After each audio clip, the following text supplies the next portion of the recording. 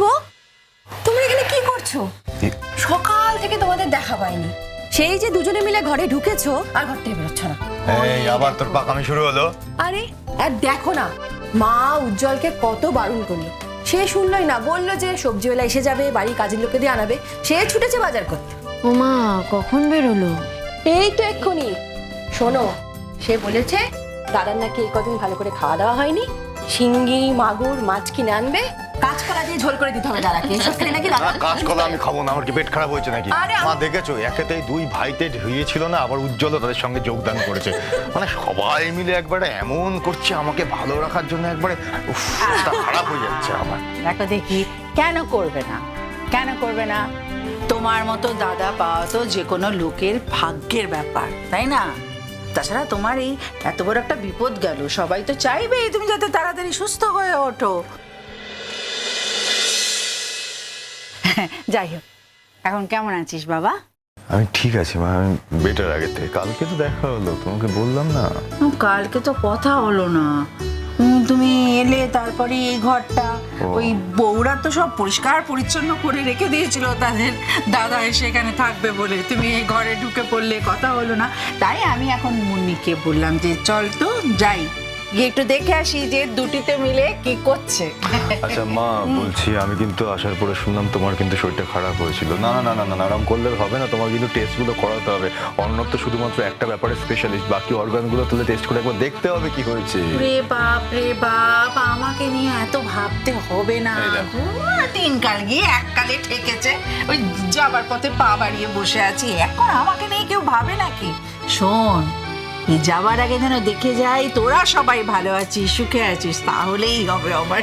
শেষ হয়েছে? হ্যাঁ বলা। হ্যাঁ কতবার বলেছে এই কথাগুলো তুমি বলবে না? না না, উনি বলবেন, উনি আমার কথা কিছুতেই শুনবে না, ভালো হচ্ছে না কিন্তু। হ্যাঁ বাবা দেখ, ঠিকই তো বলেছে তোমার বৌমা। তুমি তোমার ছেলেগুলো কি অকর্মণ্য নাকি? ছেলেদের সামনে এই সমস্ত কথাবার্তা তুমি বলবে, এগুলো একদমই ঠিক হচ্ছে না কিন্তু মা। হ্যাঁ, তোমরা একটু বলো তো, আমি তো আর বলে বলে পারি না, আর দু একবার এই কথাটা আমার কানেও বলেছে। দেখো যদি ধমকে বকে তোমরা চুপ করাতে পারো। আচ্ছা আচ্ছা, উফ। তাহলে একটু গরম গরম কফি খাবি নাকি বানিয়ে আনবো? না মা, সকাল থেকে দুবার হয়ে গেছে, আর খাবো না। হ্যাঁ মাও ঠিকই বলেছে, কফি দিও না, কফি খাওয়া একদম ভালো নয়।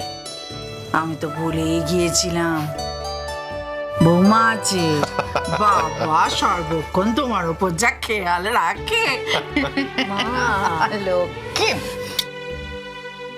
ও বাবা, কি হলো? এই তো গোছ গাছ হচ্ছে কিসের? কোথাও যাওয়া হবে নাকি?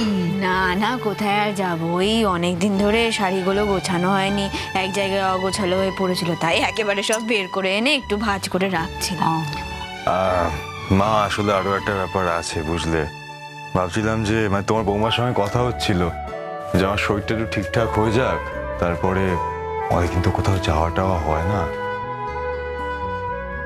এই বেশি দূরে নয়, ধরো কলকাতা থেকে এই 2-3 ঘন্টা ডিস্টেন্সে কোথাও গিয়ে একটা ঘুরে আসবো বুঝলে, একটু মন মেজাজ ভালো হবে।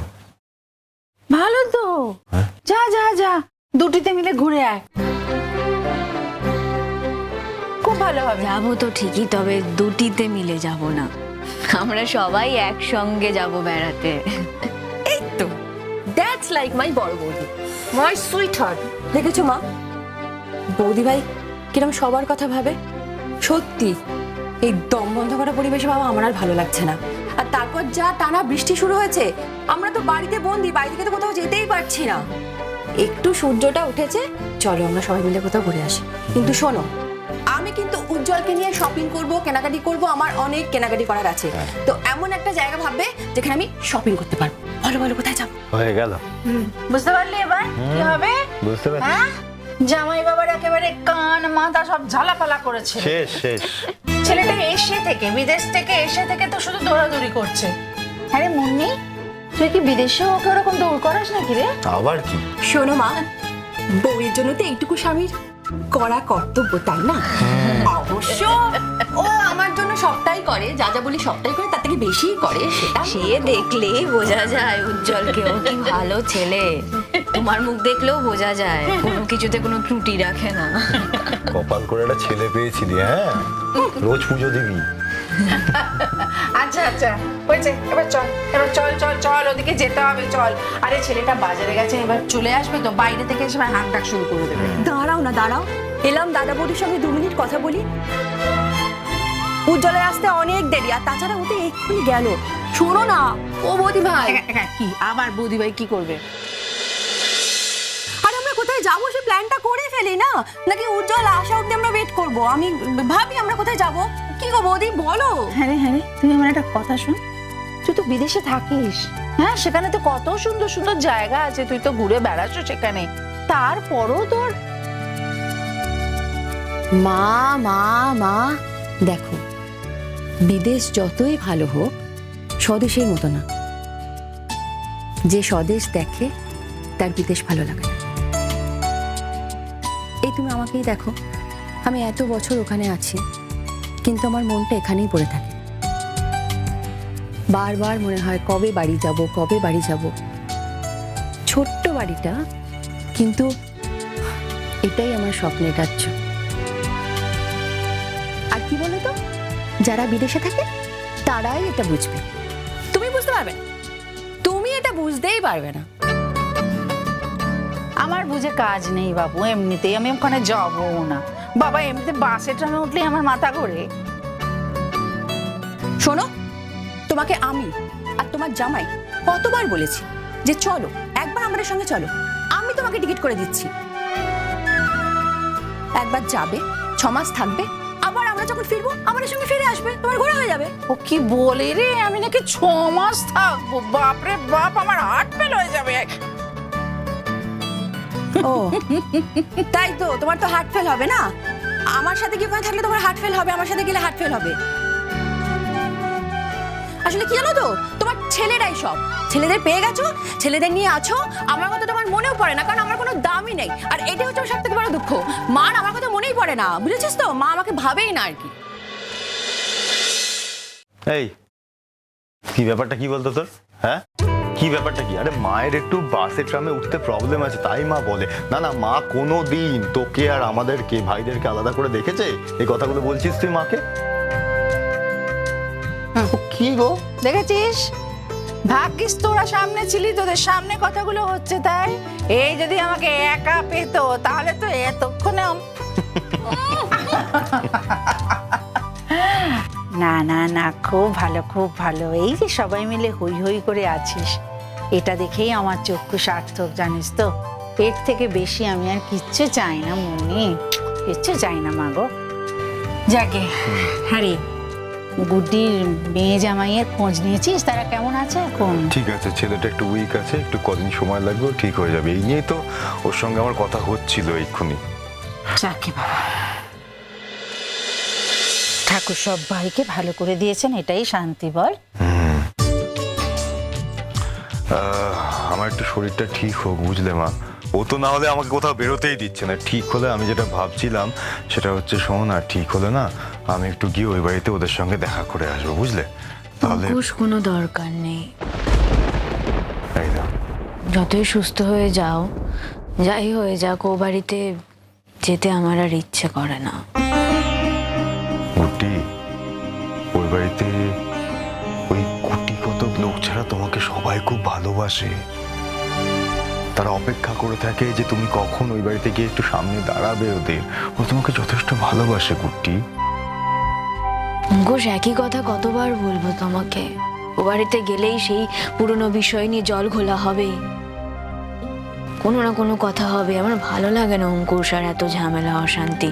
তার থেকে ভালো ওরা থাকুক না, ওদের মতো ভালো থাকুক, আমরা আমাদের মতো ভালো থাকি, এই ভালো।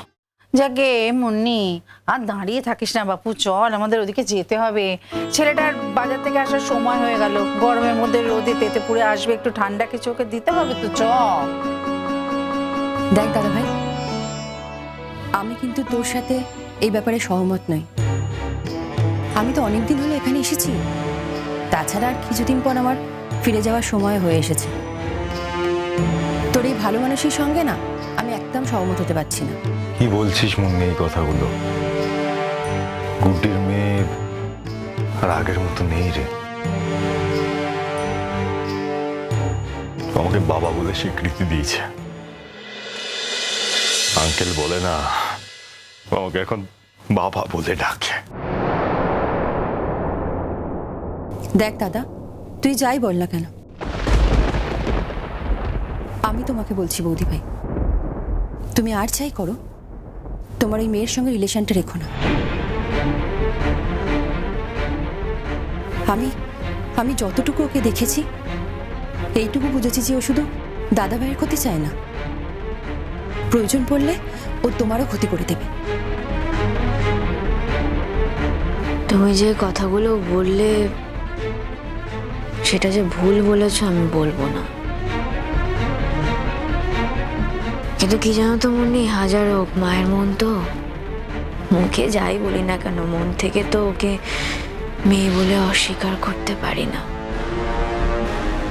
আমি তোমার দাদার কাছে চিরকৃতজ্ঞ হয়ে থাকবো।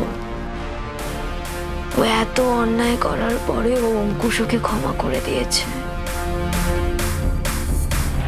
তবে তার সঙ্গে এ কথাও ঠিক, তোমার সঙ্গে আমি সহমত।